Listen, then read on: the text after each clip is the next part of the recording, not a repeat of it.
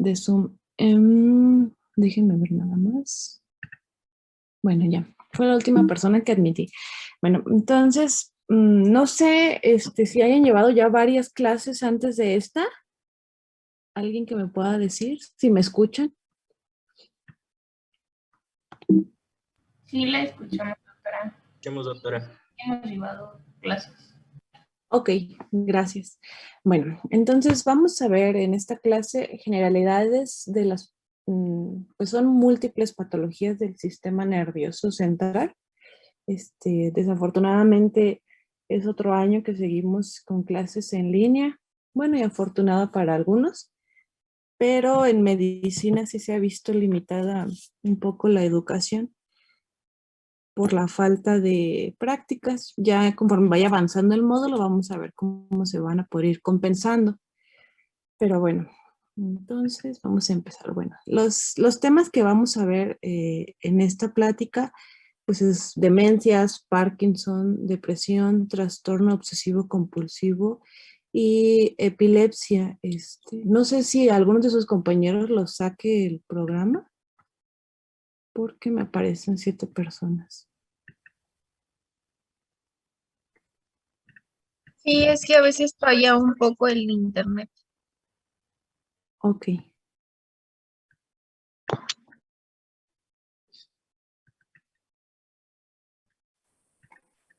Bueno, entonces ya más adelante, conforme vaya avanzando el módulo, cada tema de los que hoy vamos a ver, los van a poder ver y revisar más a fondo con cada uno de sus maestros. Bueno, vamos a empezar con demencias. Las demencias, pues son un deterioro progresivo de los procesos cognitivos que van a impedir la realización en la vida cotidiana de una persona. Yo creo que la mayoría de ustedes han conocido a algún adulto mayor con demencia, porque se puede presentar hasta en el 10% de los adultos mayores. Su forma de presentación, pues es que hay amnesias, memorias espaciales, alteración en el aprendizaje y el juicio en los pacientes. Y pues hay un déficit neuropsiquiátrico.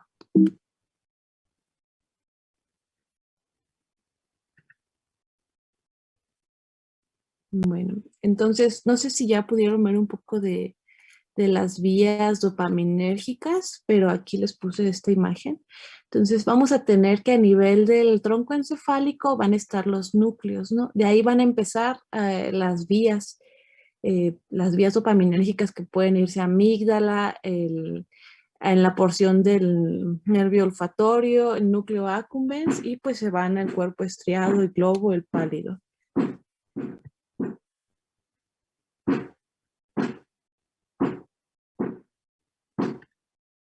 Bueno, en esta está más bonita. Entonces, de las vías dopaminérgicas en la depresión, vamos a tener esa alteración. ¿Por qué? Porque son vías principales en cuanto a sus funciones de motivación, el placer, la euforia, una función motora fina, las compulsiones y la preservación.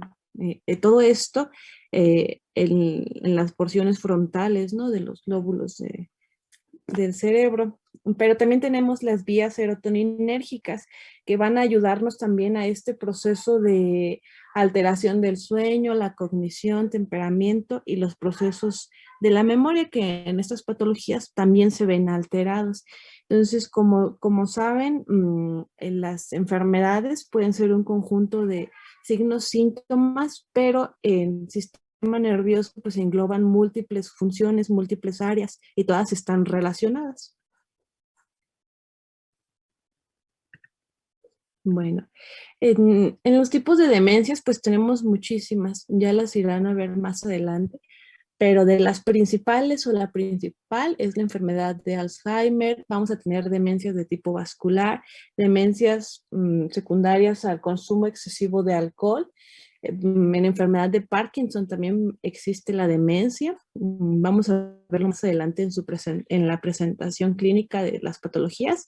Puede existir intoxicación por algún tipo de droga o medicamentos. No sé, me imagino que todos han visto pacientes que se drogan o familiares, amigos que llegan a tener algún tipo de demencia o alteración de sus funciones cognitivas. Puede haber también alteraciones endocrino-metabólicas, como en su módulo pasado. Pueden ser secundarias a hematomas. Esto sería de un inicio agudo o subagudo o crónico en adultos mayores, ¿no? Los hematomas subdurales y epidurales es más agudo. Puede ser una hidrocefalia normotensa y en algunos casos también puede haber alguna demencia secundaria a infecciones del sistema nervioso. Hay demencias secundarias hay demencias que son secundarias a VIH, ¿no? Ya en estadios avanzados cuando como tal el SIDA ya está bien definido en pacientes con VIH. Puede haber esas demencias de sífilis que a lo mejor si nos vamos a lo antiguo, pues en la Biblia, ¿no? Describían esta gente que las sacaban de las ciudades porque pues pensaban que estaban poseídas, pero había algún tipo de demencia secundaria, patologías como infecciosas en esa época. Puede también haber demencias por tuberculosis y demencias por virus. Déjenme ver por qué me dicen que son más alumnos.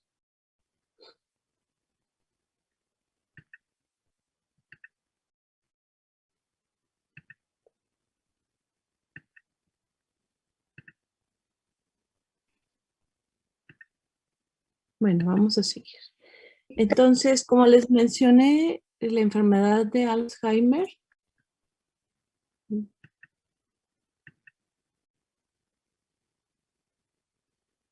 alguien me pregunta si voy a compartir la presentación. No sé, voy a preguntar al doctor Guapo si está autorizado. Y si es así, pues ya les avisaría. Y si no, pues no. Bueno, entonces, enfermedad de Alzheimer. Al final voy a leer el chat, no vamos a estarnos entreteniendo. Bueno, entonces, de las demencias principales, de las más, no importantes, porque todas son importantes, pero a lo mejor donde su incidencia es mayor en adultos mayores, pues es la enfermedad de Alzheimer. Esto inicia con una pérdida de la memoria. La demencia va a ser progresiva y la anosognosia es muy característica. Son pacientes que pues ellos no se dan cuenta que ya no hacen sus actividades cotidianas, ¿no? Por ejemplo, manejar, a lo mejor ya no tienen la capacidad de manejar, pero ellos no logran darse cuenta de que ya no son capaces de algo. Hay degeneración más temprano del lóbulo medial. Ya saben que la corteza entorrinal y periorrinal e hipocampo van a ser principalmente las afectadas. También en la corteza del lóbulo temporal y los núcleos basales de Maynard a nivel de tallo encefálico.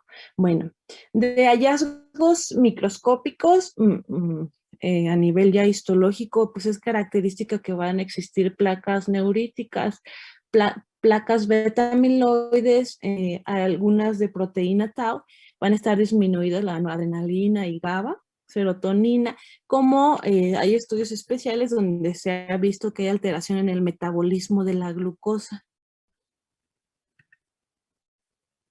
Bueno, entonces, en una persona con Alzheimer, generalmente vamos a tener disminución de los surcos a nivel de cerebro, como se puede ver en esta imagen, ¿no?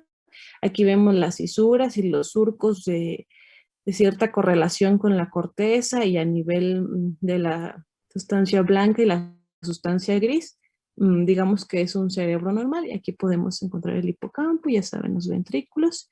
Y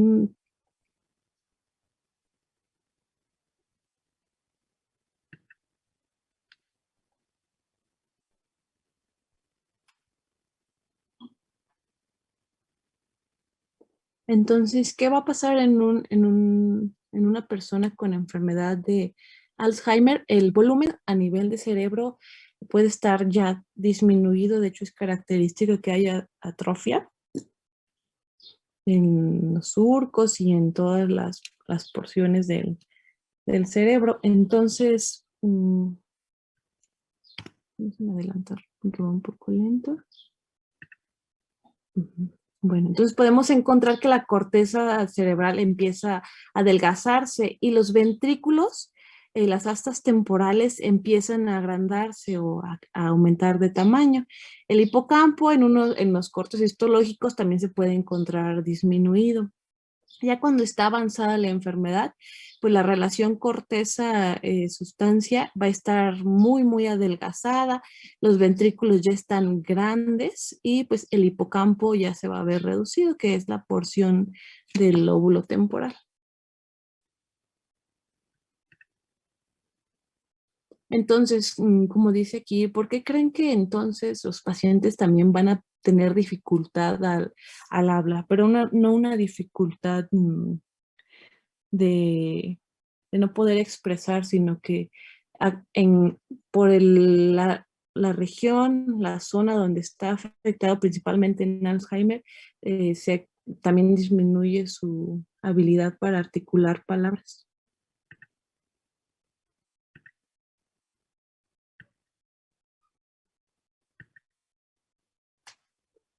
Bueno, entonces vamos a tener alteración de la memoria, lenguaje en la asignación de nombres, comprensión y fluidez también está alterada por la zona. Puede existir afasias, afasias de tipo frontal o temporal, y también las apraxias que pierden esta capacidad de realizar las acciones que generalmente ellos realizaban. Puede haber pérdida de juicios de valor y el razonamiento, y en fases más avanzadas pues ya vamos a tener pacientes con delirios. Bueno, entonces, si les pusiéramos esta triada de demencia, bradicinesia y rigidez en rueda dentada, ¿de qué patología estaríamos hablando? Parkinson. Así es. Digamos que es triada, aquí la puse como triada, pero ya saben que son más síntomas, pero es característica esta presentación, ¿no? Vamos a tener pacientes con demencia, ahorita vamos a decir cómo es el tipo de demencia. La bradicinesia es este tipo de marcha que es como corta, como queriendo brincar y con este movimiento así, y un poco con la inclinación del tronco, ¿no? Y pues la rigidez, ya saben, en rueda dentada, como si no tuviera su articulación la capacidad de tener sus movimientos naturales, sino como más, no sé si conozcan las ruedas dentadas, pero es como más en pausa. Bueno, entonces ahora sí vamos a hablar de Parkinson. Si ven aquí en la imagen, no sé si se vea, ¿me pueden decir? Sí, Sí, doctora. ¿Ya ven? ¿Tiene movimiento y todo? sí. Ok, bueno, entonces vean cómo es un temblor fino. Su marcha es un poco como corta y vean el temblor de su mano, es un temblor fino.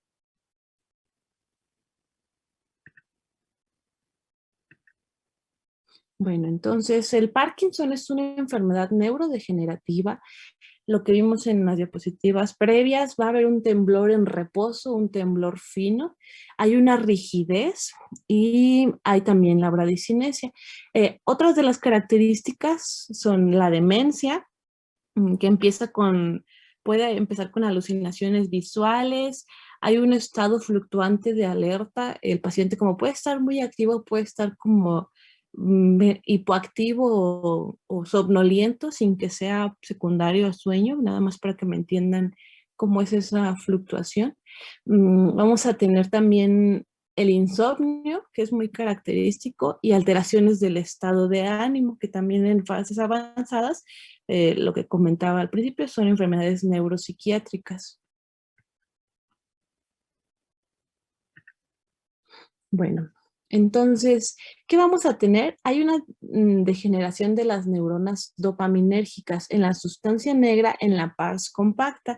Vamos a tener disminución de la cantidad de dopamina en núcleo estriado y pues la característica histopatológica, que evidentemente si, bueno, al menos en este entorno, si tu paciente clínicamente tiene todas las características de Parkinson, es difícil que se haga una biopsia para ver los cuerpos de Lewy. Bueno, entonces les puse esta imagen Espero que sí se vea. Bueno, el temblor en manos es fino, como en el video que les puse al inicio. Los codos ligeramente flexionados, esta inclinación hacia adelante, las rodillas también están flexionadas y la marcha es como corta, con pasos cortos y de base amplia. Generalmente igual, me imagino que alguno de ustedes ya conoce este tipo de pacientes, ¿no? Son muy características sus marchas.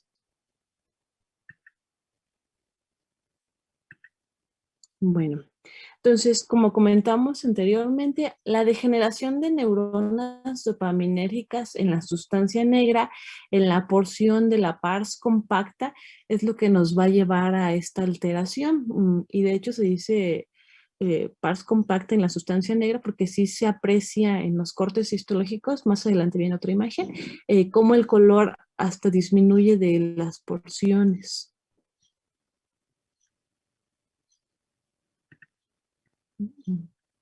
Bueno, aquí está, ¿no? Tenemos el corte de la sustancia negra. Una persona normal, un paciente sin Parkinson. Quiero que vean cómo está aquí la sustancia, la formación reticular y bueno, el acueducto cerebral. Pero vean el corte en este dibujo de una persona con Parkinson. Es muy evidente cómo hay pérdida de esta sustancia.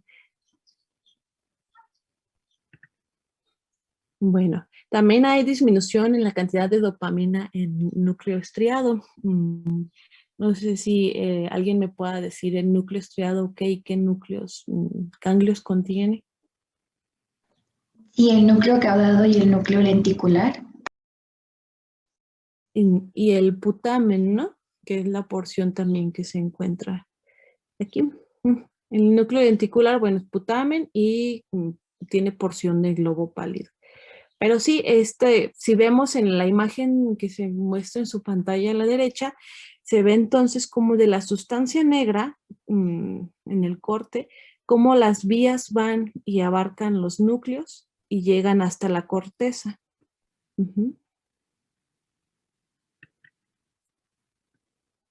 Bueno, y en este corte histológico quiero que vean cómo la pérdida neuronal es evidente, ¿no? Aquí tenemos la sustancia negra, como su nombre lo dice, y vean aquí cómo se ha perdido prácticamente esto a este nivel. Y bueno, y las inclusiones aquí están, citoplasmáticas. Bueno. Entonces, en Parkinson tenemos las manifestaciones, son muchas, ¿no? Y es donde ahí ustedes deben empezar a reconocer las características clínicas y si se fueran a otras características pueden ser radiológicas o histopatológicas. Pero bueno, de manifestaciones principales tenemos la bradicinesia, ese temblor en reposo, la rigidez en rueda dentada, alteraciones del aparato locomotor y la inestabilidad postural, como veíamos al adulto mayor, cómo caminaba hacia adelante, un poco como con dificultad, como si se fuera a caer hacia adelante, pero va como con pasos muy lentos. Otras pues sería, también es muy característica de la fascia, es como de máscara, así como no tienen expresiones en la cara. Ahí puede haber hipotonía, disfagia y un bloqueo motor. Y las no motoras, pues son los trastornos del ánimo, alteraciones de las fases del sueño, la anosmia y la demencia que habíamos comentado y alteraciones cognitivas. Pues son pacientes que también sus alteraciones cognitivas empiezan a disminuir.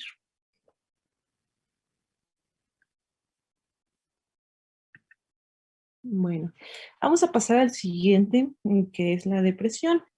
En esta imagen les puse esta imagen de Igor, porque la depresión es eso, ¿no?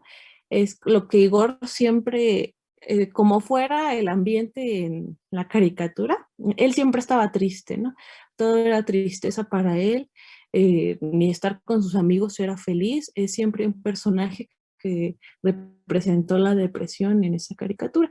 Entonces, los pacientes con depresión, así es su tipo de vida. Entonces, en México, 7.7 de los adultos jóvenes, van a padecer depresión en alguna vez en su vida. 1 de cada 6 adultos también lo va a padecer y a nivel del mundo, pues 350 millones de personas son las que lo padecen. Bueno, de epidemiología, las mujeres tenemos 2 veces más probabilidad de padecerla. La característica, como les comenté, adultos jóvenes, la edad media de padecerlo es a los 25 años. 1 de cada 6 adultos padecerá depresión. Hay factores ambientales en la infancia como abuso físico, abuso sexual y maltrato, ¿no? Hay pacientes que sufren de abuso físico y en su adultez pues es cuando interpretan todo lo que les pasó de niños o el maltrato también. Y pues hay factores también estresantes que pueden desencadenar depresión. Bueno, hay teorías monoaminérgicas que son las que describen la fisiopatología en la depresión, ¿no? Eh, nos vamos de las primeras imágenes que les puse, de las vías dopaminérgicas y serotoninérgicas, de sus funciones, ¿no? Aquí está muy general, pero pues ya lo verán más adelante, más específica cada función de acuerdo a su zona o su núcleo. Entonces, en la depresión dice que hay una depresión de triptófanos, que de hecho esto es alguno de los tratamientos en depresión.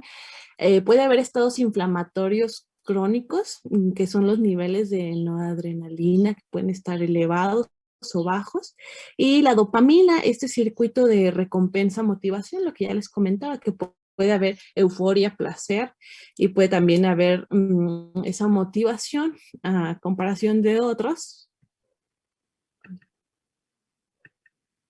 Déjenme ver por qué.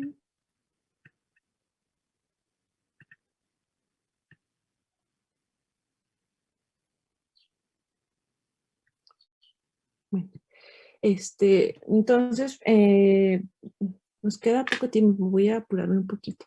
Entonces, podemos ver esta alteración en estos circuitos, lo que nos puede dar depresión. También tenemos las alteraciones neuroendocrinas, los ejes hipotálamo, hipófisis suprarrenales. De hecho, dicen que hay una elevación de cortisol y hay también una hipertrofia de glándulas suprarrenales, como ya saben, a nivel de las glándulas suprarrenales, pues está la producción de cortisol y otras hormonas, noradrenalina. Puede haber niveles aumentados, como les dije, es un estado de inflamación crónica a nivel del sistema nervioso y pues los factores de necrosis tumoral e interleucinas pueden estar alterados.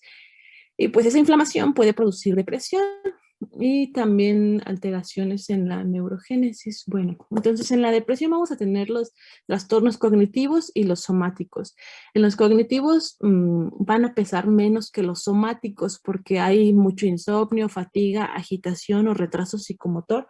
Y en los cognitivos pues vamos a tener una disfunción ejecutiva, ideas de culpa o de inutilidad y la ideación suicida. Esto nos va a alterar pues nuestro estado de ánimo, podemos tener la tristeza o la anedonia. Entonces se dice que en pacientes con depresión siempre se debe hacer un test de riesgo de suicidio porque es muy común que exista este riesgo de suicidio en este tipo de pacientes por el proceso depresivo que padecen. Entonces, también depresión se dice que es más de 2 semanas que tu estado de ánimo esté deprimido, eso se puede considerar como tal depresión. Y cuando llega a haber riesgo de suicidio o hay intento de suicidio, también hay que entender que el tratamiento no inicia al momento en que tú le das el medicamento, sino tarda a veces hasta 2 semanas en hacer efecto. Entonces, cuando hay pacientes que tienen intentos suicidios es un poco complejo porque se debe tratar con tratamiento, pero pues también con la terapia psicoconductual. Y pues va más allá de solo echar ánimos o dar porras, ¿no? La depresión, porque generalmente se toma como si fuera algo leve, pero no se debe tomar así por el riesgo suicida. Bueno, pasamos a epilepsia. Más de 50 millones de personas en el mundo tienen epilepsia. De esos 50 millones, en México son 2 millones de pacientes. Una convulsión es la presentación de 2 o más convulsiones separadas por 24 horas. A veces nada más pueden ser convulsiones secundarias a hipertermia, ¿no? En los niños, que es muy característica. El síndrome epiléptico o el estatus epiléptico es de las condiciones más difíciles y que pueden llegar a la muerte de un paciente. Y pues bueno, y la presencia de una crisis espontánea o refleja en más del 60% de su día con disposición a presentar a 10 años la probabilidad de crisis convulsivas. Entonces, esto en pacientes generales, no en niños, por decir, con hipertermia, ¿no? Porque a veces tienen hipertermia y convulsionan por la temperatura tan elevada. Pero si tú llegas a tener una crisis espontánea, una crisis convulsiva, a 10 años tienes como esa predisposición de volverla a presentar alguna crisis convulsiva en tu vida. Bueno, entonces vamos a definir, no es lo mismo crisis epiléptica a crisis convulsiva y bueno, la crisis eléctrica pues ya son los patrones punta onda en el electro. Pero bueno, crisis epiléptica es el cambio de comportamiento como signo o síntoma. ¿Qué signos han visto en alguien que convulsiona? Que pierde la conciencia. Ajá. Los ojos Tienen se movimientos, ¿no? Movimientos no coordinados y o sea, no conscientes. Entonces, ese es un signo o síntoma. A veces los síntomas que presentan es alteraciones del olfato, ¿no? Te dicen, es que empecé a oler raro y empecé a convulsionar. Es como un pródromo de que viene una crisis convulsiva. Y bueno, como crisis convulsiva vamos a definirlo como ese fenómeno motor relacionado a la crisis epiléptica. Bueno, entonces en las crisis convulsivas vamos a tener acumulación de glutamato, calcio y noradrenalina. Esto nos va a definir si hay una crisis focal o generalizada. Puede haber disminución de la respuesta del GABA y puede haber hipersincronización talámica, ¿no? A veces, a lo mejor van a escuchar más adelante cuando lo vean más a fondo, la estimulación talámica para disminuir crisis convulsivas. Bueno, entonces, esto es, digamos que lo normal de una neurona a otra, cómo va a pasar el- la señal.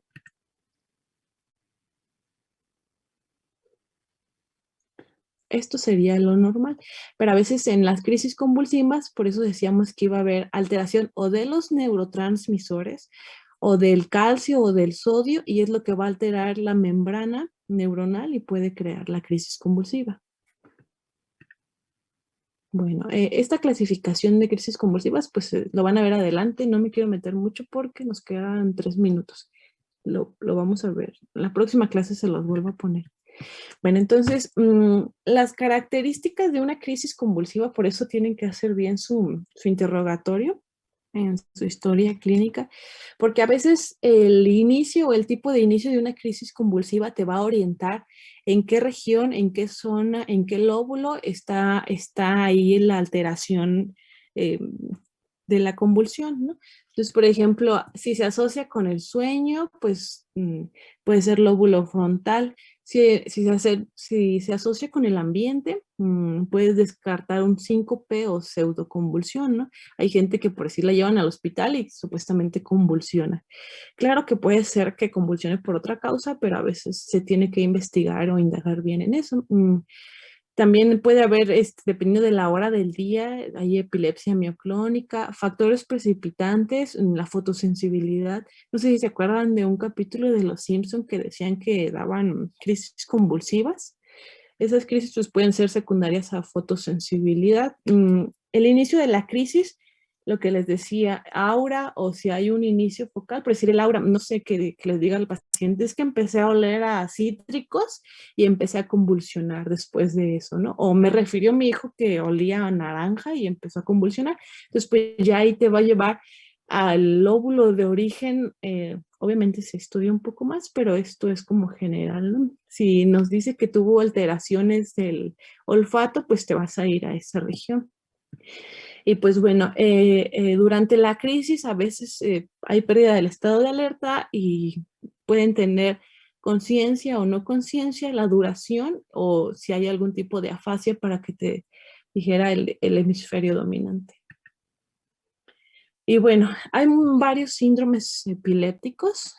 Hay una epilepsia que es la mioclónica juvenil, el síndrome de Lennox-Gastaut, que es de los más difíciles de tratamiento, y síndromes de epilepsias de los lóbulos temporales.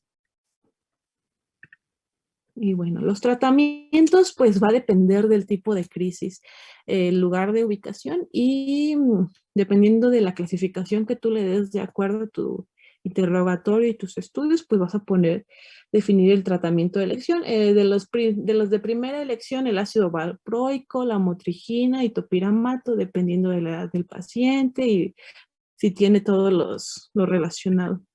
Y bueno, yo creo que me queda menos de un minuto. Nos salimos y ahorita envío el link porque no vamos a alcanzar, ¿sí? Sí, Sí, doctora. doctora.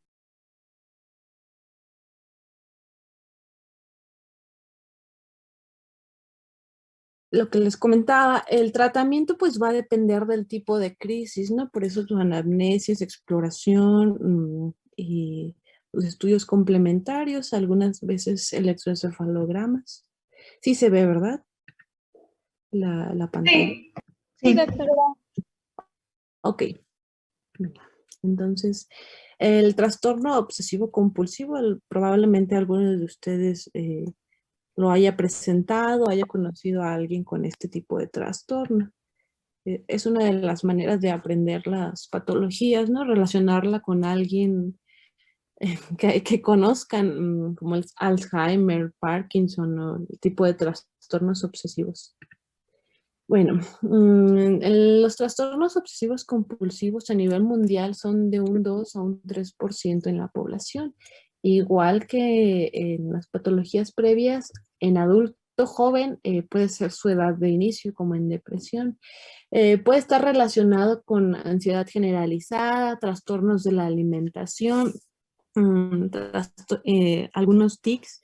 Y la característica o lo que se ha encontrado de genético es que está más relacionado con varones que sean primogénitos y en este gen, en el brazo corto del cromosoma 2. P23. Bueno, entonces en este trastorno obsesivo compulsivo, ¿qué es lo que vamos a encontrar? Pues en la corteza vamos a tener la alteración ejecutiva. En núcleo caudado vamos a tener esta adquisición de hábitos y la capacidad de adquirir las funciones en aprendizaje y habilidades también. El globo pálido vamos a tener la actividad metabólica disminuida y vamos a tener que en globo pálido también va a estar relacionado los comportamientos del trastorno obsesivo compulsivo. Bueno, entonces ahora si nos vamos a la imagen para encontrar lo que les comenté, pues tenemos entonces que en la corteza vamos a tenerlo en área prefrontal o en la premotora. Vamos a también la relación con globo pálido y con el núcleo caudado. Entonces todo esto, pues ya saben que también a nivel de mesencéfalo, la sustancia negra, como vimos las vías. Bueno, entonces, ¿qué vamos a tener? Por parte de la corteza vamos a tener los síntomas que van a realizar los pacientes para relajarse o aliviar esa ansiedad generalizada por este temor que tienen. Vamos a tener que los pensamientos son obsesivos y de comportamiento compulsivo que van a afectar las actividades diarias del paciente y pues van a ser pensamientos y acciones recurrentes, ¿no? A veces es de que no tengo que tener ordenados mis libros de cierto color, tengo que tener ordenadas, no sé, las plumas por el tipo de pluma, ese tipo de características que son muy evidentes de que hay un orden más alterado de alguna persona normal. Bueno, pues el tratamiento entonces El trastorno obsesivo compulsivo pues son inhibidores de la recaptura de serotonina. Pueden ser también antidepresivos, porque a veces los pacientes al darse cuenta de su patología también entran en depresión, y pues la terapia conductivo-conductual también en ellos es así. Bueno, entonces hasta aquí quedaríamos con este tema. No sé si, déjenme checar. Ok, ya. Una disculpa que no alcancé a darles la bienvenida al módulo. Son pocas semanas. Espero que den su máximo esfuerzo para que en diciembre puedan descansar. Disfrútenlo, traten de aprovechar sus clases en línea para que en un futuro no tenga repercusión el tipo de enseñanza que se ha modificado. Y de las prácticas vamos a ver qué podemos hacer si permiten algún acceso a la universidad, pero ya sería más adelante. Entonces nos vemos para la próxima. Fanny, si quieres por WhatsApp seguimos checando.